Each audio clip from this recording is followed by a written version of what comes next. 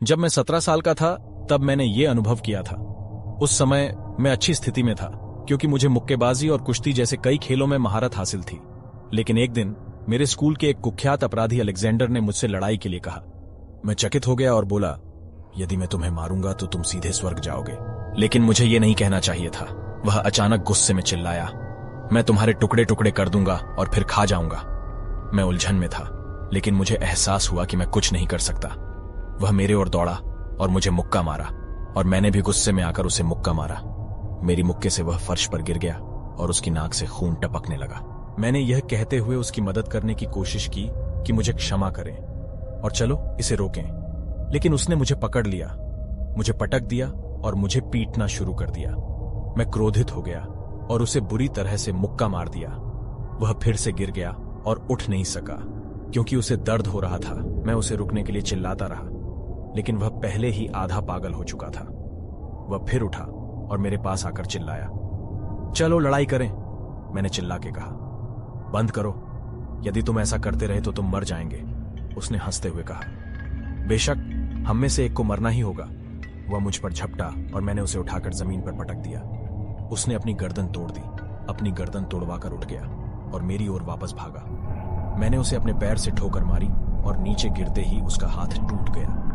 वह अपनी बाहें तोड़कर मुझ पर झपटा।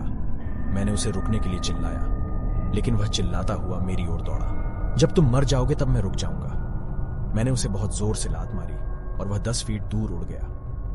वह फर्श पर गिर गया और उठने की कोशिश की, लेकिन उसका पूरा शरीर टूटा हुआ लग रहा था और ऐसा लग रहा था कि वह हिल नहीं सकता था। मैंने उसी वक्त पुलिस को फोन कर दिया।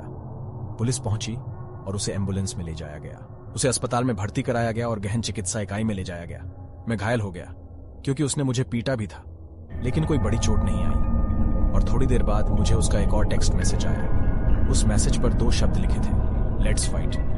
आखिरकार मैंने उसे फोन किया, माफी मांगी और उससे कहा कि मैंने हार मान ली है। फिर कुछ सेकंड के लिए सन्नाटा छा गया और मैंने उसे फुसफुसाते हुए सुना, चलो लड़ें।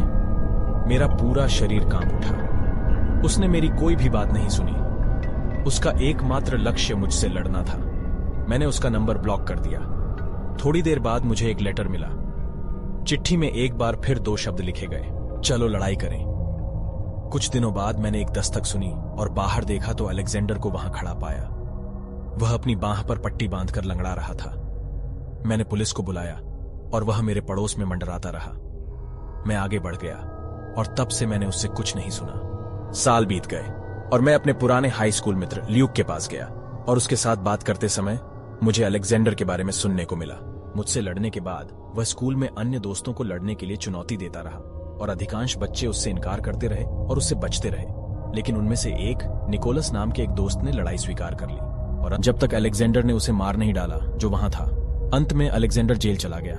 मैं भयभीत हो गया था। उसने जो कुछ भी कहा उसका मतलब वही था। यदि मैंने अभी उसका दमन न किया होता तो आज मैं जीवित न होता।